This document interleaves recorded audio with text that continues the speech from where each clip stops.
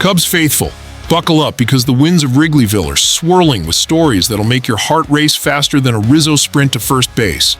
We've got breaking developments that could reshape everything you thought you knew about this magical 2025 season.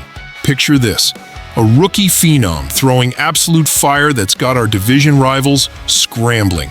A historic milestone that's got 2016 champions vibes written all over it. And a veteran arm that could be the final puzzle piece our Cubbies need to make another October run. The tension is thicker than a Chicago deep dish, and every Cubs fan needs to know what's happening right now. We're talking about game-changing moves, heart-stopping performances, and decisions that could determine whether we're watching from the couch in October or celebrating another championship parade down Michigan Avenue. Hit that like button if you're ready for this emotional roller coaster.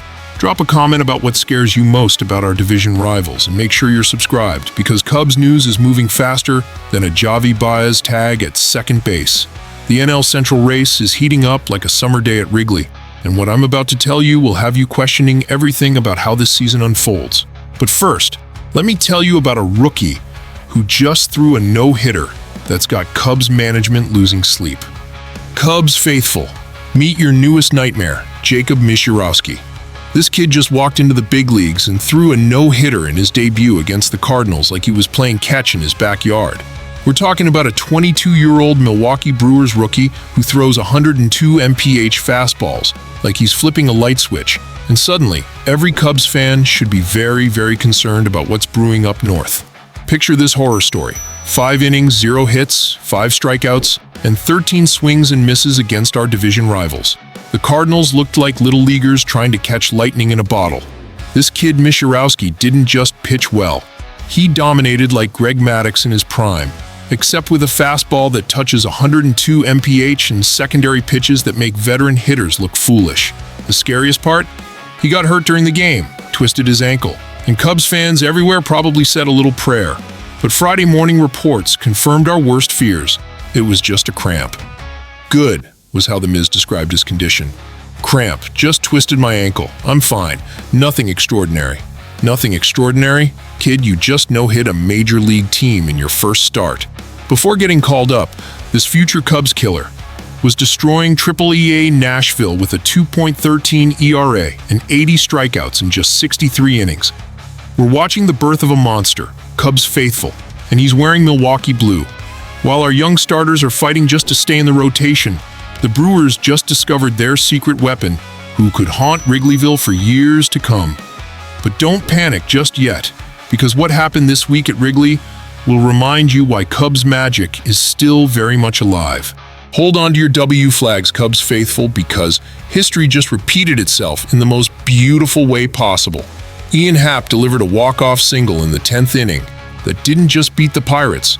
It completed something we haven't accomplished since that magical 2016 championship season. The Cubs have now won their first 5 series against NL Central opponents, and suddenly those 2016 vibes are hitting harder than a Sammy Sosa moonshot. Let that sink in for a moment.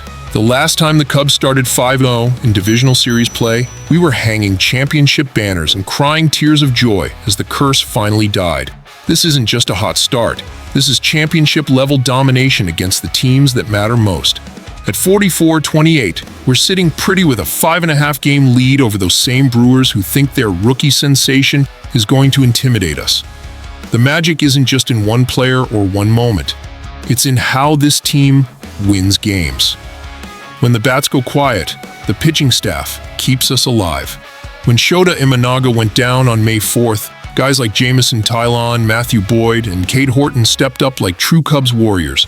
Remember that disaster against Arizona on April 18th when the bullpen gave up 10 runs in the 8th? Since then, they've been the best bullpen unit in the entire league. The whispers around Wrigleyville are getting louder about being aggressive at the trade deadline. Imanaga is coming back soon, barring any setbacks. And if management pulls off another quality starting pitcher trade, we might be watching 2016 all over again. But here's the twist that could make or break our championship dreams. Cubs faithful. The baseball gods might have just delivered our championship piece on a silver platter, and he's wearing a White Sox uniform. Aaron Sevel, the veteran right-hander who just got traded from Milwaukee to our crosstown rivals, might be exactly what our rotation needs, and reports suggest the Sox are already planning to flip him before the July 31st deadline. This is where Cubs magic meets Chicago irony. Sevel asked for a trade when the Brewers moved him to the bullpen to make room for that rookie phenom Mishowski we talked about earlier. Now he's with the White Sox for maybe 2 months before they ship him off for a couple of mid-tier prospects. Cubs management, are you listening? This is a gift-wrapped opportunity to strengthen our rotation without breaking the prospect bank. Think about it, a 30-year-old veteran with 122 career starts, a 4.06 ERA, and playoff experience with Tampa Bay.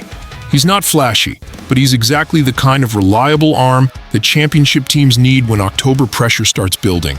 With Steele done for the season and our young guys still proving themselves, Sevel could be the steady presence that keeps our 2016 magic alive. Cubs faithful, smash that like button if you believe this is our year, drop a comment about whether we should trade for Sevel, and hit subscribe because this championship chase is just getting started. We're 5.5 games up, we've got that 2016 mojo working, and the trade deadline could be where champions are made. Is this the year the drought truly ends and Cubs magic returns to October? Because right now, it feels like destiny is wearing Cubby blue again.